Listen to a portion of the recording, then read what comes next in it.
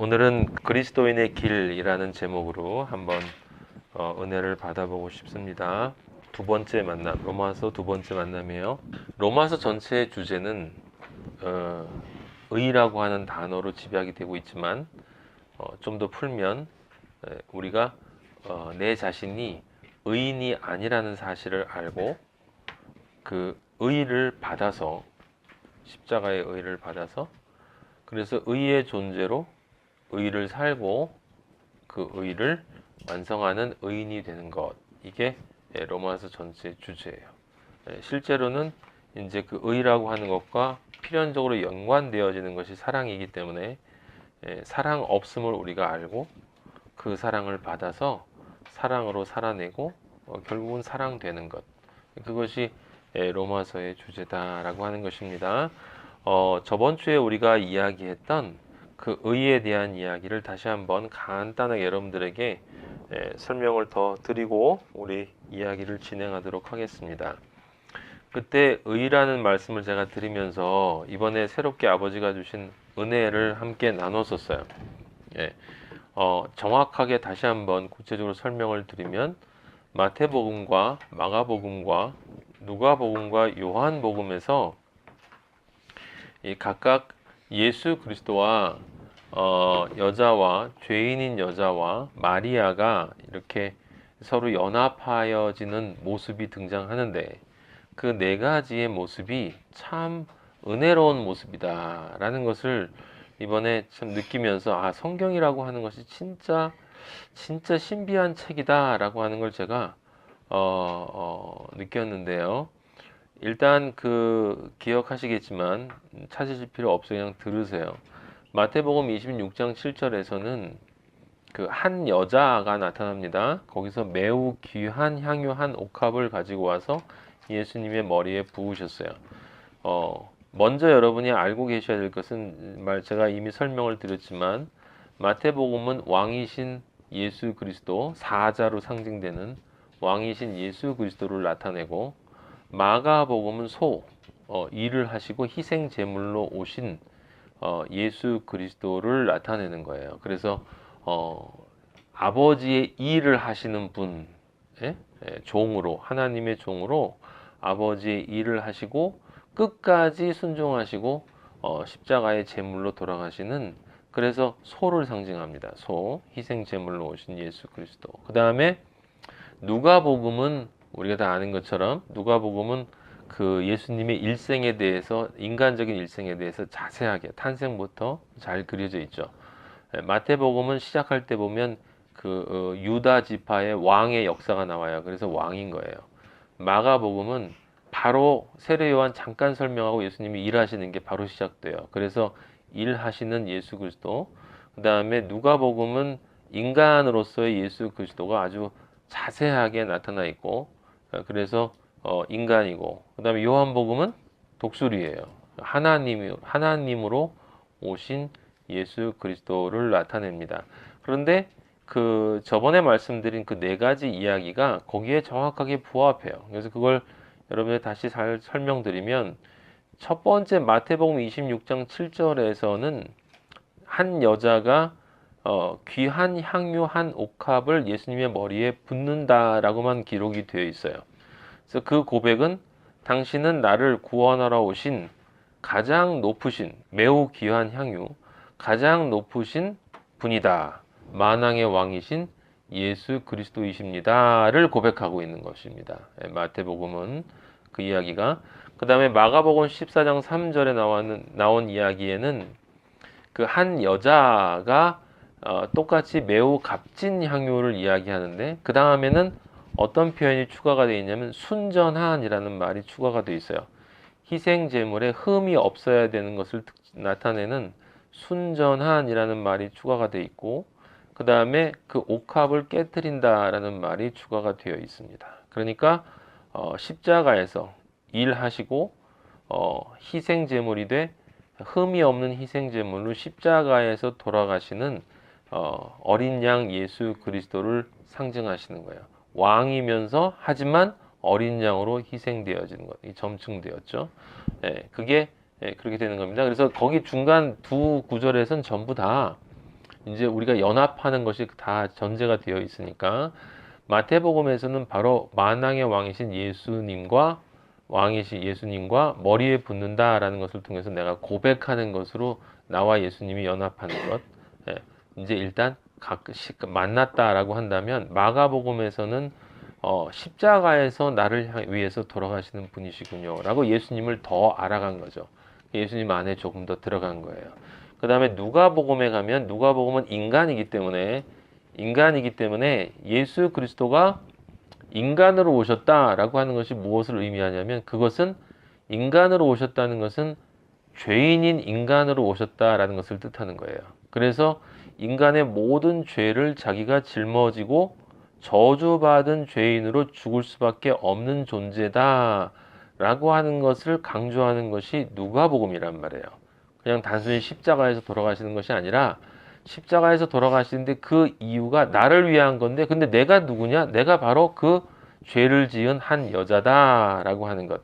그래서 그 여자가 예수님의 앞으로 오지도 못하고 7장 38절에 보면 예수님의 뒤로 왔다 그래요. 뒤로. 예.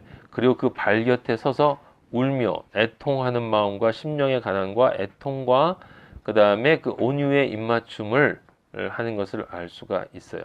그래서 누가복음은 정확하게 인간이신 예수 그리스도이되 죄인으로 오셔서 죄인으로 죽으심으로 나의 모든 죄를 전가받고 돌아가실, 저주받은 그러한 존재로 돌아가실 예수 그리스도를 나타내는 것이기 때문에, 근데 그것을 보면서 내 죄를 또 깨닫고 그 죄인으로서 예수 그리스도와 연합이 되어지는 것을 보이니까 훨씬 더 깊이 들어간 거예요.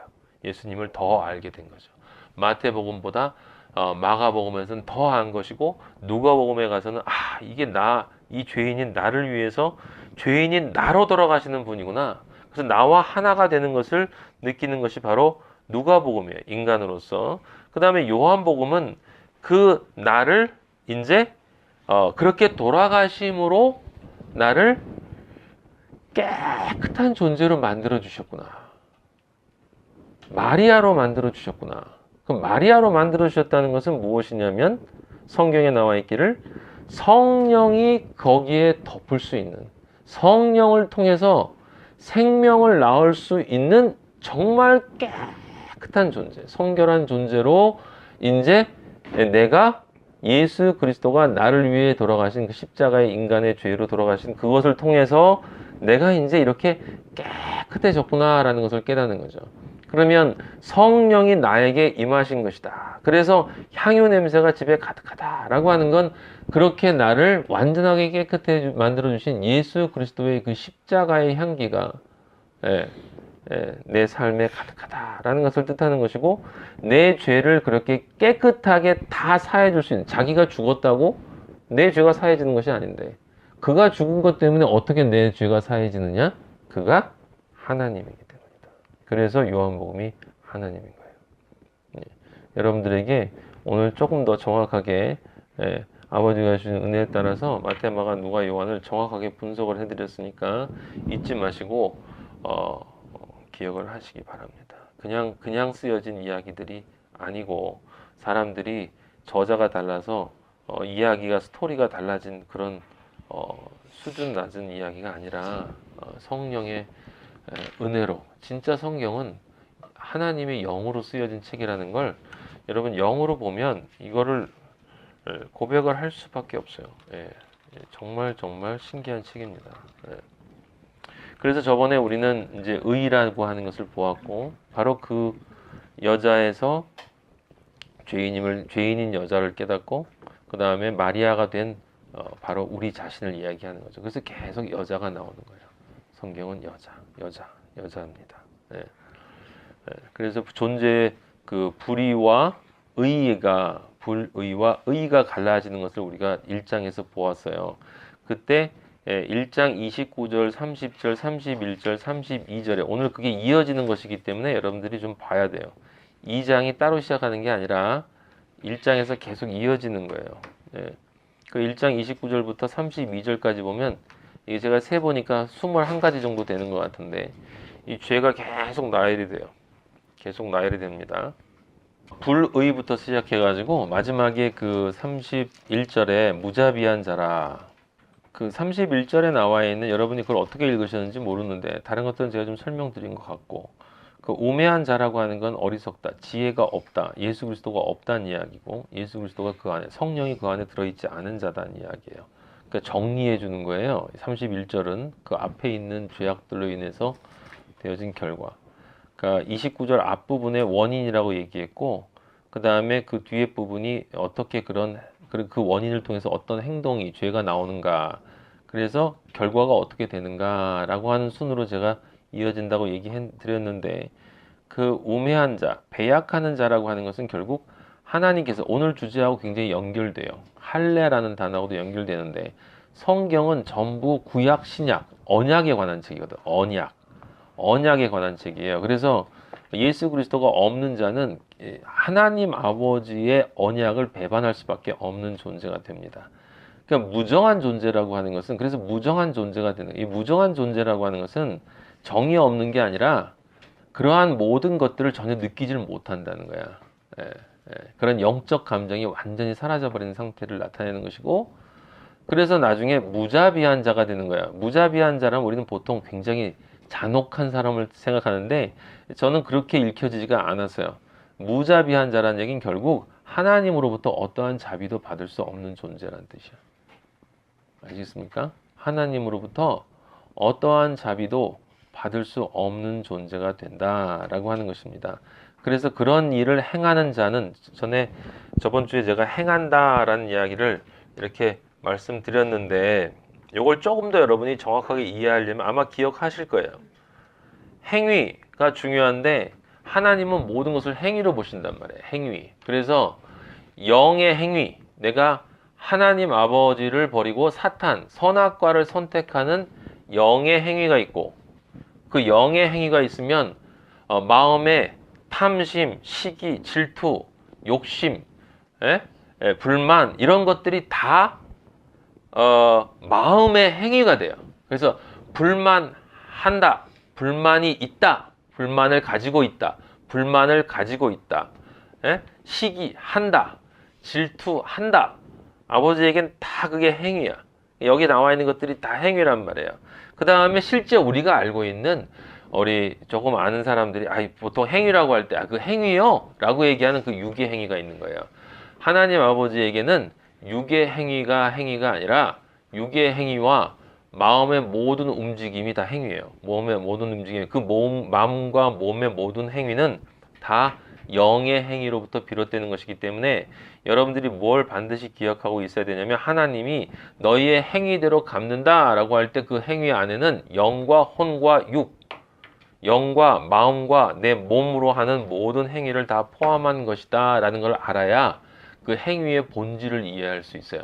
행위의 본질을. 그렇지 않으면, 그러면 아버지는 행위인데 마음만 보시는 게 아니라 행위도 본다, 이렇게 착각을 하는 거예요. 아버지는 마음의 움직임도 행위로 보신다라는 것을 여러분들이 기억을 하셔야 합니다.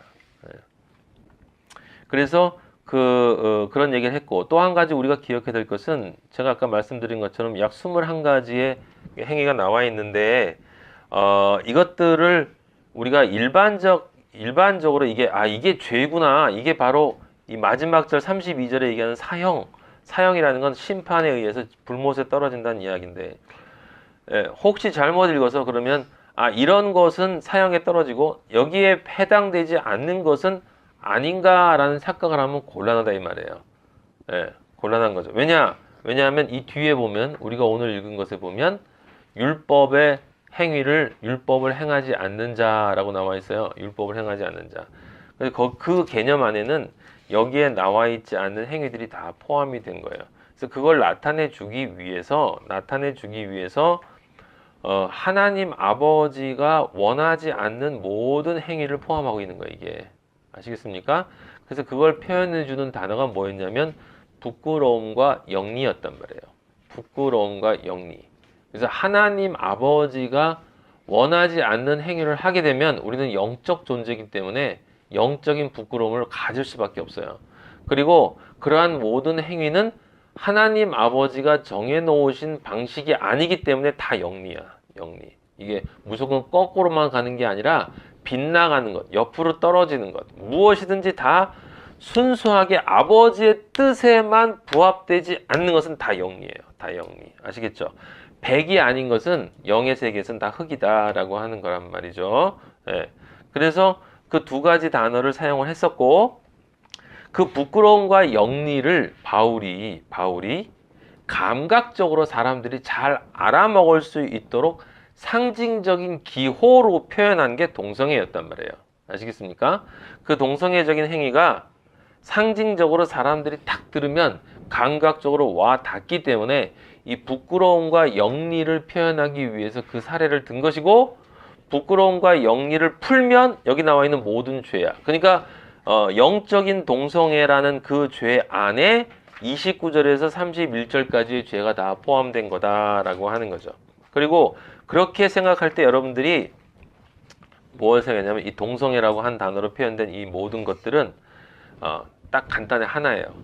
마음에 하나님 두기를 싫어하는 인간의 특징이에요. 마음에 하나님 두기를 싫어하는 인간의 특징. 이 본문에 나와 있는 이야기예요. 하나님 두기를 싫어함에 자기의 마음대로 내버려 두사라는 말이 나와 있잖아요. 하나님 두기를 싫어하는 인간의 특징이에요. 그럼 한번 생각해 보세요.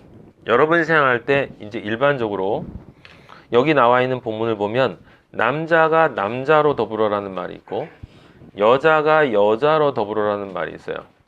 그럼 우리가 생각할 때 여자가 여자로 더불어 한다는 것은 우리가 영적으로 보면 성경이 다 인간을 여자로 나타내니까 여자가 여자로라는 말은 이해가 되잖아. 근데 남자가 남자로라는 말은 그건 영적으로는 정확하게 뭘까? 라는 생각을 할 수 있죠. 근데 남자가 됐다라고 할 때 우리가 기본적으로 알고 있는 것은 예수 그리스도와 연합된 존재다 라는 생각을 할 수 있는데 여기서는 그게 아니란 말이에요. 잘 들으세요. 남자와 남자, 여자와 여자 라고 불리어지는 세상 모든 사람들이 서로 남자가 남자를 사랑하고 여자가 여자를 사랑한다고 하는, 서로 음욕을 품는 거죠. 사랑이 아니고 남자와 남자가 음욕을 품고 여자와 여자가 음욕을 품는 그것이 합쳐졌을 때 그게 다 합쳐서 뭐냐면 바로 영적으로 보면 여자가 여자를 사랑하는 동성애예요. 그러니까 여자가 여자를 사랑하는 동성애가 두 가지 차원이 있는 거예요. 육의 차원과 영의 차원이 있는 거예요. 육의 차원에서는 여자가 여자의 음욕을 품는 것과 남자와 남자가 음욕을 품는 것이 두 가지가 갈라지는데 그 두 가지는 모두 다 이 세상 사람들을 나눈 것이기 때문에 이 세상 사람들은 다 영적으로 보면 여자잖아.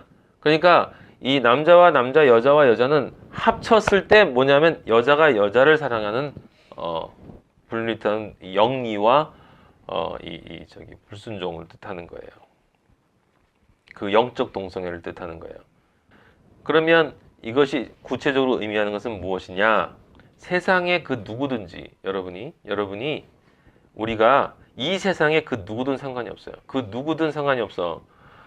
그게 내 자식이든 부모든 배우자건 누구건 이 세상의 그 누구든 또는 이 세상의 그 어떤 것이든 아버지보다 우선하거나 아버지보다 더 사랑하는 행위가 뭐예요?